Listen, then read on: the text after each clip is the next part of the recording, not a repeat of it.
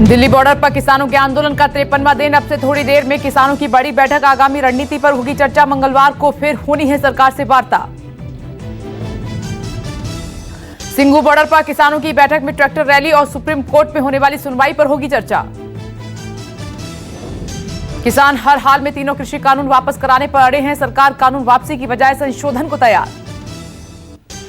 आंदोलन खत्म कराने के लिए सरकार और किसानों के बीच अब तक 10 दौर की बातचीत हो चुकी है, लेकिन अब तक कोई समाधान नहीं।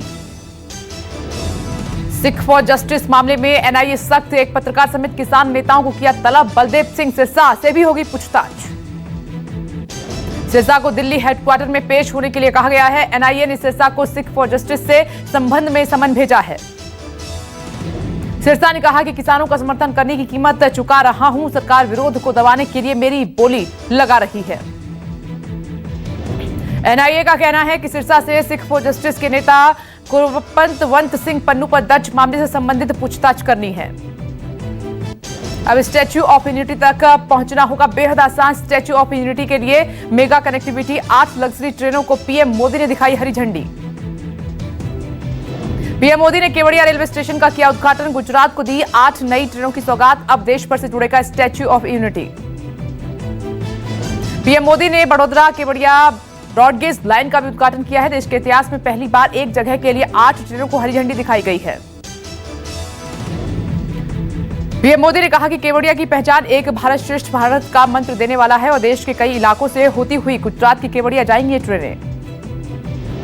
पर्यटकों को इन ट्रेनों के जरिए सरदार पटेल की केवड़िया में बनी विशाल प्रतिमा के पास पहुंचना आसान हो जाएगा। वीडियो कॉन्फ्रेंसिंग के जरिए पीएम मोदी ने उद्घाटन किया है। वैक्सीनेशन का दूसरा दिन है और देश भर में तकरीबन 2 लाख लोगों को वैक्सीन लगी है। वैक्सीन को लेकर लोगों में जबरदस्त उत्साह दिखाई दिया। कोरोना के खिलाफ वैक्सीनेशन में देश में 3,351 केंद्रों में 1,91,181 लोगों को पहले दिन टीका लगाया गया है।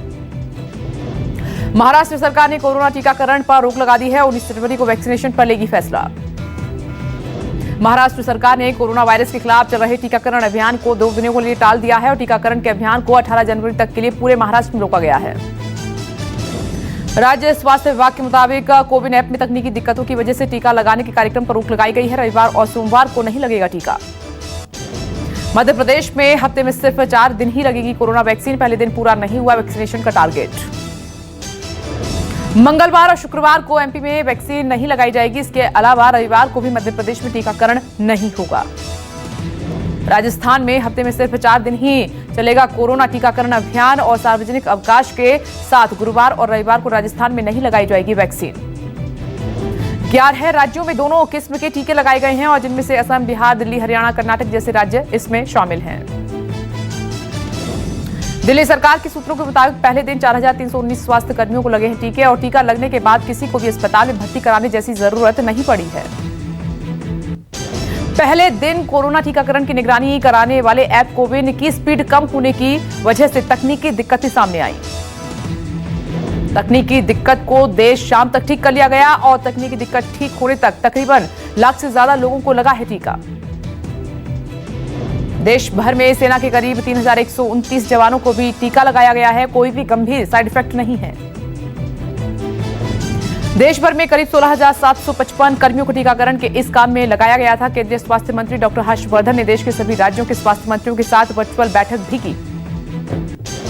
कोरोना के केस में कल के मुकाबले में बढ़ोतरी हुई है। 24 घंटे में आए 15,144 नए मामले, 181 लोगों की मौत भी हुई है। देश में कुल कोरोना मरीजों की संख्या 1,05,57,985 है। एक्टिव मरीजों की संख्या 2,08,000 हुई है। आईसीएमआर के मुताबिक अब तक 18,26,52,000 से ज्यादा लोगों का कोरोना टेस्ट किया जा चुका है। एक दिन में 8,97,000 लोगों का टेस्ट हुआ है। दिल्ली में कोरोना मरीजों के पिछले 24 घंटे में 295 नए मामले सामने आए हैं और पिछले 24 घंटे में 10 लोगों की मौत हुई है। महाराष्ट्र में कोरोना के पिछले 24 घंटे में 2,910 नए मामले सामने आए हैं और महाराष्ट्र में पिछले 24 घंटे में 50 लोगों की जान गई। यूपी में कोरोना के पिछले 24 घंटे में 533 नए मामले सामने आए हैं। यूपी में कोरोना से पिछले 24 घंटे में 12 लोगों की जान गई। शीतलहर की चपेट में समूचा उत्तर भारत है और राजधानी दिल्ली और उसके आसपास के इलाकों में छाया है घना कोहरा। आवाजाही में दिक्कत। मौसम विभाग के मुताबिक दिल्ली में आज न्यूनतम तापमान 6 डिग्री सेल्सियस और अधिकतम तापमान 20 डिग्री सेल्सियस रहने की संभावना है। दिल्ली एनसीआर में पारा गिरने से ठंड काफी बढ़ गई है और कई इलाकों में कोहरे के कारण विजिबिलिटी घटी है, यातायात हुआ प्रभावित। राजस्थान के कई इलाकों में घने कोहरे की चेतावनी जारी की गई है। मौसम विभाग के मुताबिक अगले 24 घंटे में चुरू, गंगानगर, हनुमानगढ़, सीकर और झुंझुनू में घने कोहरे का अनुमान है। कश्मीर के कई इलाकों में न्यूनतम तापमान में गिरावट दर्ज की गई है और घाटी में बड़ा सर्दी का प्रकोप, कई इलाकों में घने कोहरे से अंधेरा छाया। गुजरात में फिलहाल बारिश के आसार नहीं है। 18 जनवरी से उत्तर से आने वाली बर्फीली हवाओं में तापमान में गिरावट आने की संभावना। तापमान में गिरावट के कारण लगातार 2 दिन से उत्तर भारत में शीतलहर चल रही है और कोहरे ने ट्रेनों की रफ्तार रोक दी है। प्रदूषण और सर्दी के चलते दिल्ली की हवा काफी बेहद खराब हो गई है। System of air quality and weather forecasting के मुताबिक AQI 428 पर पहुंचा। रूपेश सिंह हत्याकांड में पटना पुलिस आज कर सकती है बड़ा खुलासा। सूत्रों के मुताबिक पुलिस ने 2 शूटर की पहचान की है। नीतीश सरकार को 48 घंटे का अल्टीमेटम पूरा हुआ, लेकिन पुलिस अब तक हत्यारों को पकड़ने में नाकाम। हत्या के बाद सरकार पर विपक्ष का हमला लगातार जारी है। तेजस्वी लगातार सरकार पर हमला बोल रहे हैं। तेजस्वी आज रूपेश के पैतृक निवास छपरा के दौरे पर रहेंगे। बताया जा रहा है कि रूपेश के घर भी जा सकते हैं। राजस्थान की जालौर में भीषण सड़क हादसा हुआ है। यात्रियों से भरी बस बिजली के तार की चपेट में आ गई। आग से झुलस के 6 यात्रियों की मौत, 17 जख्मी। बिजली के तारों की चपेट में आई बस हादसे में बस पूरी तरह से जलकर राख। घायलों को जालौर के राजकीय अस्पताल में भर्ती कराया गया है। फायर ब्रिगेड की सहायता से आग पर काबू पाया जा सका। देर रात हुए हादसे में बस के ड्राइवर और कंडक्टर की मौके पर ही मौत हो गई, जबकि 4 लोगों ने अस्पताल में दम तोड़ा है। मथुरा एक्सप्रेस वे पर घने कोहरे के चलते भिड़े वाहन, हादसे में 3 यात्री जख्मी। सड़क पर पलटी हुई DCM से टकराकर भिड़े वाहन और लो विजिबिलिटी होने के चलते हुआ है हादसा। घायलों को अस्पताल में कराया भर्ती। केरल के मालाबार एक्सप्रेस के लगेज कंपार्टमेंट में लगी है भीषण आग। कड़ी मशक्कत के बाद आग पर पाया काबू।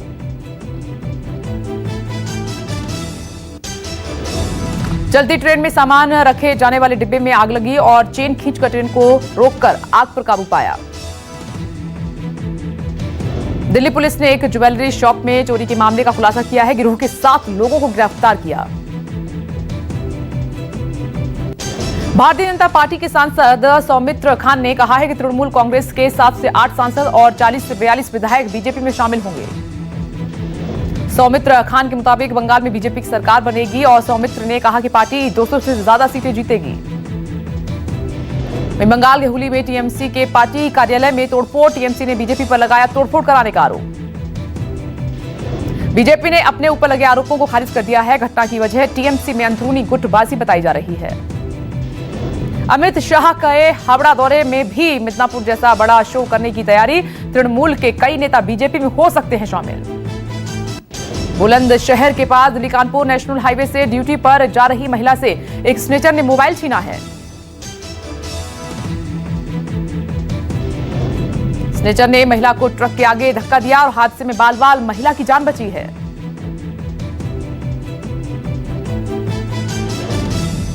महिला ने मोबाइल छीनकर भाग रहे युवक को दबोच लिया और फिर उसकी जमकर धुनाई की है। महिला आरोपी को खींचते हुए थाने ले गई। यूपी एसटीएफ ने लखनऊ से फर्जी विकलांग प्रमाण पत्र तैयार करने और सरकारी छात्रवृत्ति लेने वाले एक गिरोह का भंडाफोड़ किया है। एसटीएफ ने गिरोह के सरगना समेत 3 लोगों को अरेस्ट कर लिया है और तीनों आरोपी बहराइच जिले के रहने वाले हैं। एसटीएफ ने आरोपियों के कब्जे से 245 सिम कार्ड, 25 पासबुक, 35 फर्जी आधार कार्ड, 55 फर्जी विकलांगता प्रमाण पत्र बरामद किए हैं। हैदराबाद पुलिस ने ऑटोमोबाइल चोरी के एक गिरोह के 6 सदस्यों को गिरफ्तार कर लिया है। पुलिस ने इनकी 35 लाख से ऊपर की 26 संपत्तियों का पता लगाया है। मुख्य आरोपी कर्नाटक के बीदर का 10वीं कक्षा पास छात्र है। एमपी के ग्वालियर में झाड़ियों से मिला एक महिला का शव। महिला की शिनाख्त नहीं हो पाई है, पुलिस जांच में जुटी।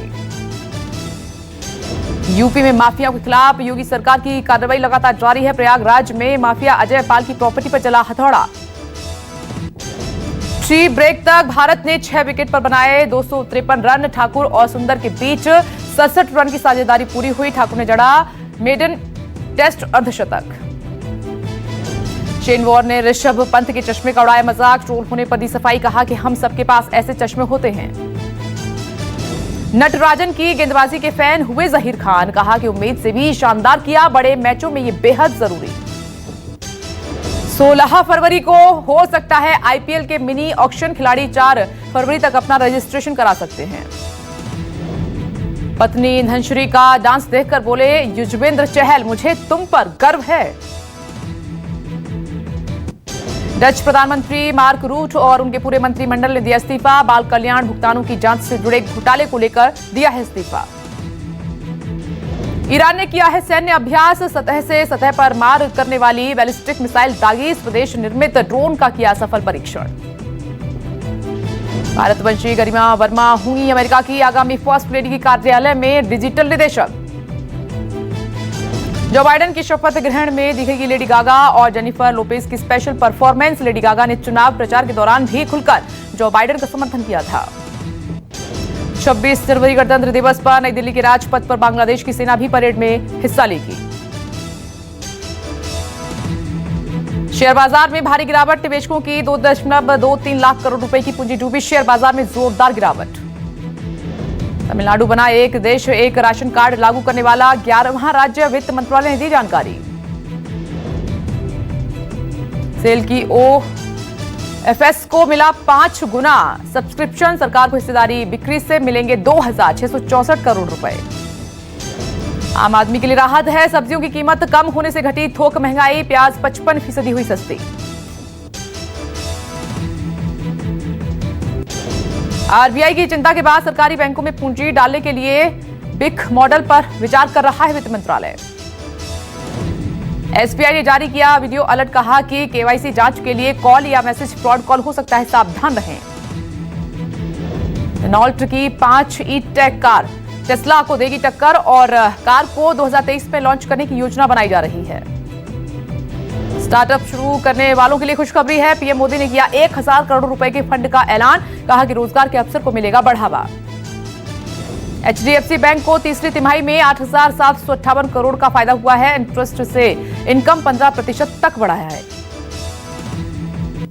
दमदार कैमरे के साथ ओप्पो का 5G smartphone Oppo A93 launch. 20 जनवरी से शुरू हो सकती है बिक्री। मोबीक्विक में क्रेडिट कार्ड से मनी ऐड करने पर लगेगा 2% तक का चार्ज, जबकि महीने में कुल 10,000 रुपए तक ऐड करने पर नहीं लगेगा चार्ज। भारत में स्मार्टफोन वर्जन 1 प्रो हुआ लॉन्च और फोन में बैटरी ट्रिपल रियर कैमरा जैसी कई खूबियां। कीमत सिर्फ 6,599 रुपए। पहले से सस्ता हुआ ओप्पो A12 का दाम और 4,230 mAh की बैटरी के साथ मिलेगा दमदार कैमरा। और कल लॉन्च होगा Oppo Reno 5G smart charging के साथ कई दमदार फीचर्स हैं। कीमत है 39,990 रुपए। बॉलीवुड हस्तियों ने कोविड-19 टीकाकरण अभियान को सराहा है। वैज्ञानिकों और डॉक्टर्स का जताया आभार। महाभारत में कर्ण के किरदार में नजर आएंगे शाहिद कपूर। साल के अंत तक फिल्म की शूटिंग हो सकती है शुरू। कंगना रनौत की नई फिल्म मणिकर्णिका रिटर्न्स पर विवाद, निर्माता ने आरोपों को किया खारिज।